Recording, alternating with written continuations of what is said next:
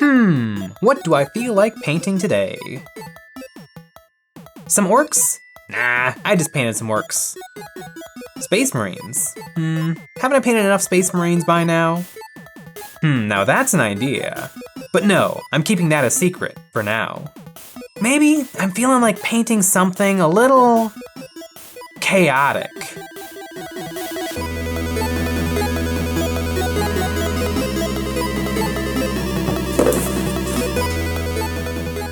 Thanks, Dave.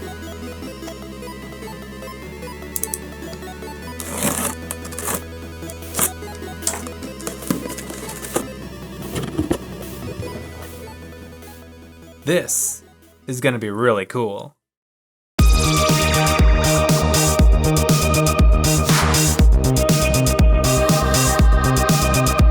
Hey guys, Jay here, welcome to Eons of Battle, and I have some brand spanking new models to show you. These models are prototypes of miniatures that are coming out of a crowdfunding collaboration between the fine folks of Mini Wargaming and Lazy Squire Games. These models are in the sci-fi fantasy genre and are called the Veil Touched, some spiky scary miniatures that, dare I say, are quite chaotic.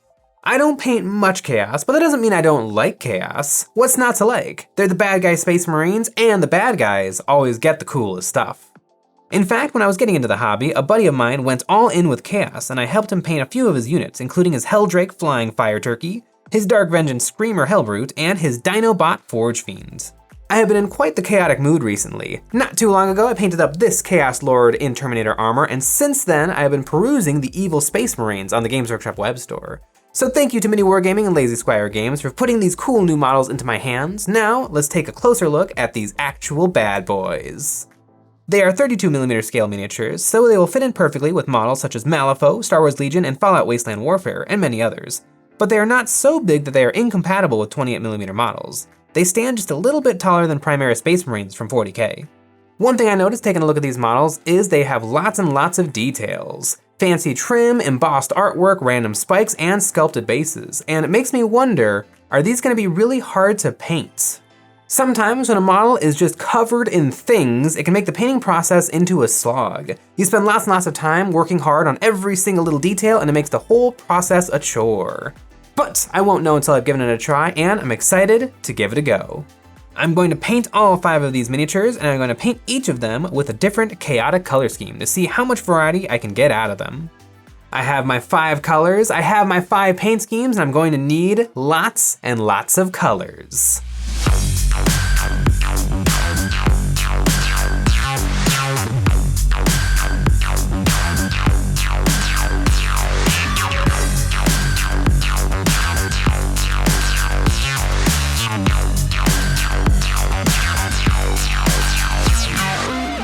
Well, it's time to throw some paint on these veil-touched weirdos. I started off by priming with my favorite primer, Stynylrez Black Airbrush Primer, but a rattle can would have worked too. Next, I gloved up and got my models onto some paint handles. My preferred paint handles are small cubes of wood with double stick tape. I like priming with black as it takes care of my darkest colors for me. I much prefer adding on highlights than adding shadows while I'm painting. These chaotic fellows will make a very fun and unique painting project. Let's get to it. It's always very freeing to work on models that don't have a strict gaming importance. And so I think I'm gonna try every painting trick I know to get these guys done up. And I'll be trying a few different color schemes. Starting off with the big guy. I got my palette ready with some dark brown paint, earth paint, gold paint, and silver paint. Then I prepared to dry brush. I took a large, short bristle dry brush and gave the entire model a once over with dark brown. This will make him look dirty. Next up, a dry brushing of earth. This will highlight the brown and make a base coat for the eventual gold on all the trim. I chose a spade-shaped brush with longer bristles so that there was more of a dragging action. This deposits more paint. After the earth base coat, I dry brushed on some gold. Most metallic paints are pretty transparent, so having a base coat helps a lot. Now the gold looks pretty, but I wanted old weathered gold, so I took a silver on my paintbrush and lightly dusted the whole model. This will make the gold look more dull and will also further push the highlights toward white. Then I added a little more weathering. I took some silver paint on a sponge and sponged on some chips and scratches. All these layers will work together to create the look I'm going for. I've really liked where I've been able to get this model with just some simple dry brushing and sponging, but right now it kind of feels like a high-end chess piece. So now it's time to take this and turn it into a proper miniature. I went in with a black paint and touched up his armor. I filled in the areas that should be smooth black to help the trim look more like trim. I watered down my black paint so that it flowed and I didn't have to be crazy precise with my brush strokes. Then I put some red paint on the wrap of his axe handle and the dangly bits from his shoulder pads. Then I washed the red with Nuln Oil to darken it. After that, I quickly finished off the base with the leftover browns I had on my palette. This guy is just about done, but I kinda wanna try something. I think I'm gonna douse him in a little bit of blood for the blood god. I'm a little nervous that I'll ruin it, but you know what? I got 4 more to paint, so might as well. I took a small straw and sucked up the blood colored technical paint, and then I blew it onto the model. This worked okay. The drops were too big and some of them were way too big. I will have to figure out what this stuff is made of so that I can properly thin it down next time. I used a brush to clean up the red blood and push it around so that it looked like pools of blood and less like big water balloons full of blood. I painted this guy up in Age of Sigmar Slaves to Darkness color schemes with black armor, gold trim, and a little bit of red, and I think he turned out great. I was a little nervous about the details, but I was very pleasantly surprised. The details are very proud, and that makes them really easy to pick out with a paintbrush, and I found painting a breeze. He is super, super scary looking. I love the absolute girth of him. I love his giant axe and his backup akimbo chainswords. This guy came to party. Blood for the blood god, skulls for the skull throne, milk for the cornflakes. I wanted to paint the second Chaos Warrior like a Night Lord's. I gave him a spray of some dark blue and then a Zenithal spray of light blue. Next, I did some dry brushing of an earth color in preparation for gold trim. After that first warrior, I know that the details will be big enough that I don't have to worry about covering up the blue. Then I applied the gold with the dry brushing and it looked really sharp on top of the dark blue.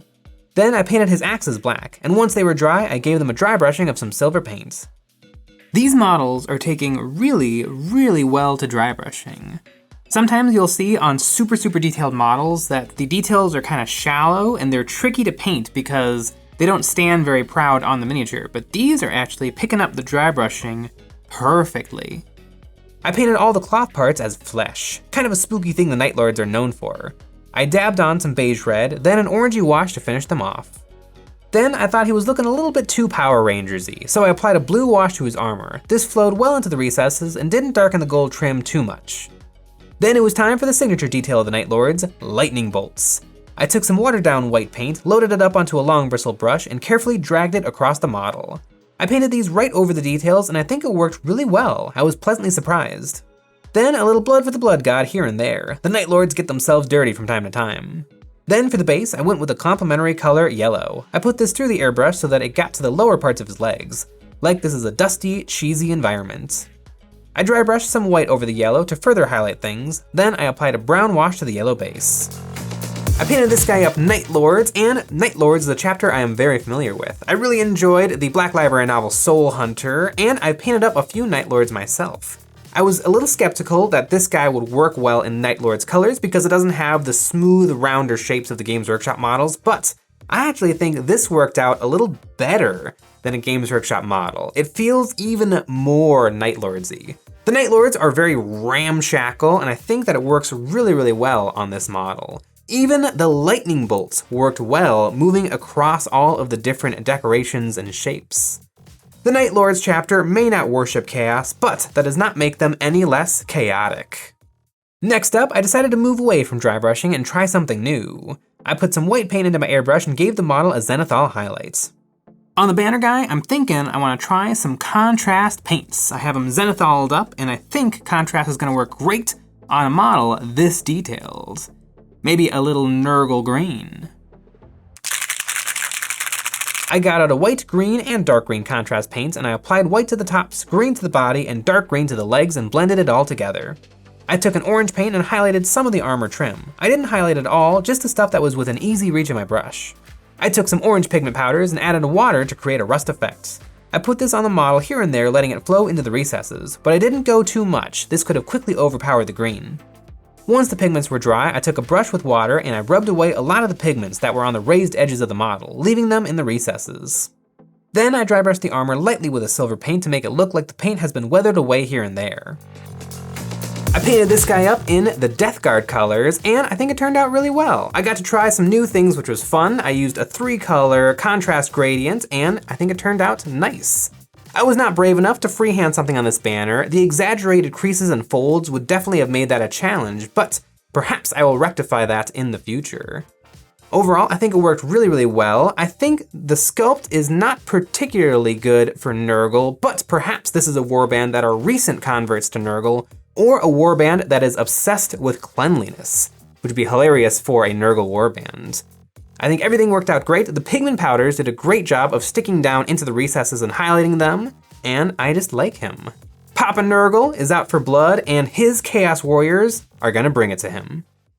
On this mini, I went for an airbrush base coat of magenta. This is a color I love and should make for a very evil Marine.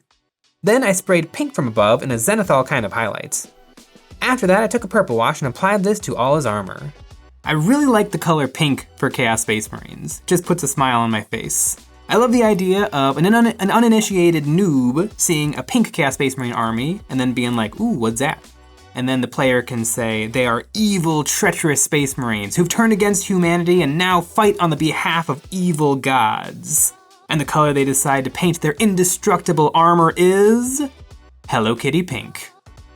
I went with my now tried and true gold trim recipe by giving the model a dry brushing of earth brown, and on this model I went heavier than I have gone on the others. I want all the trim to really stand out. Once the earth brown was on, then it was time for some gold trim, and the gold on this model is really, really poppin'. And you know what else really pops? That's right, our Patreon. Over there we have lots of high quality terrain STLs available, and it is the best way to support us making videos. In addition to great grimdark terrain, you will also gain access to one exclusive video a week, some behind the scenes, voting on what models I paint live here on YouTube, a live hobby hangout every week, and more.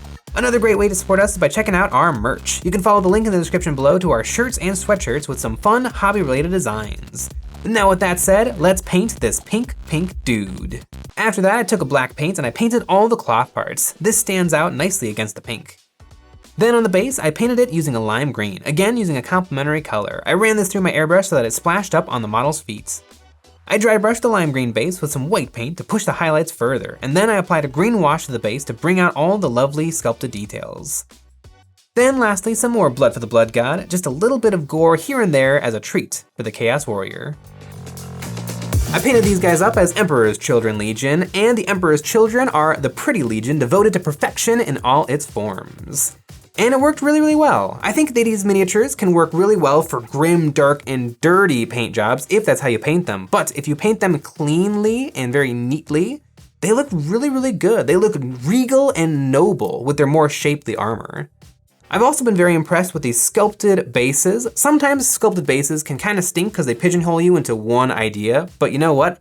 Rocks and skulls works just fine for chaos. And a simple base coat, highlight, and wash did wonders. I have now painted the Emperor's Children Legion, and now there is only one left to go, the Angry Red guys. On this last model, I couldn't possibly not do a red warrior, so I began with a base coat of dark red, leaving plenty of black primer showing in the recesses and bottom. Then I took a bright red and applied this from above. After that, I took some black wash and I washed the entire model to add some nice contrast to all his details and armor.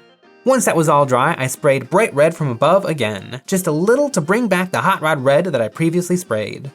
I didn't want to go gold trim again, so I instead went with silver, starting with a base coat of blue-gray that I applied through dry brushing on all the trim.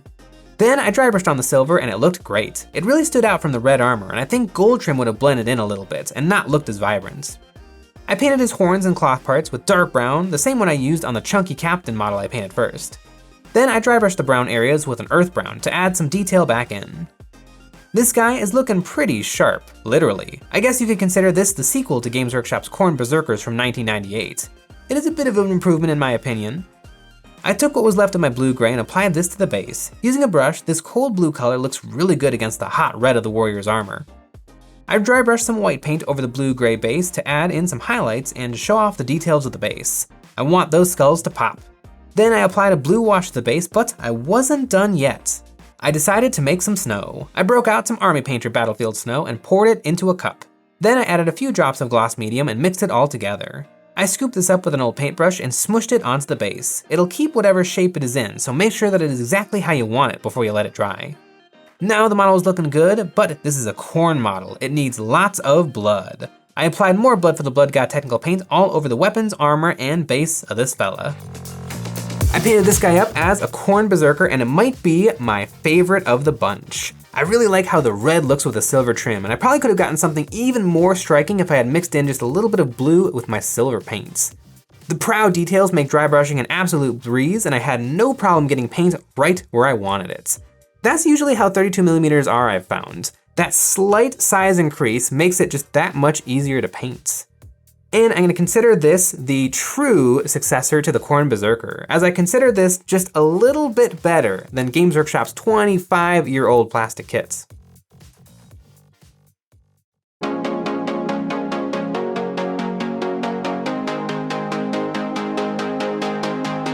One thing I was worried about is that these models are so intricate that they would be very hard or impossible to paint. But after a day of painting, I am very pleasantly surprised. I tried to recreate some of the classic Games Workshop color schemes for Chaos Space Marines, but those are based on the Games Workshop sculpts, which look a fair bit different from these guys. But I found that not only were these a pleasure to paint, but that they may look even better than the Games Workshop versions we already know and love. These models turned out to be easy to paint. I was able to make great use of simple techniques like dry brushing and contrast paints, and they turned out fantastic.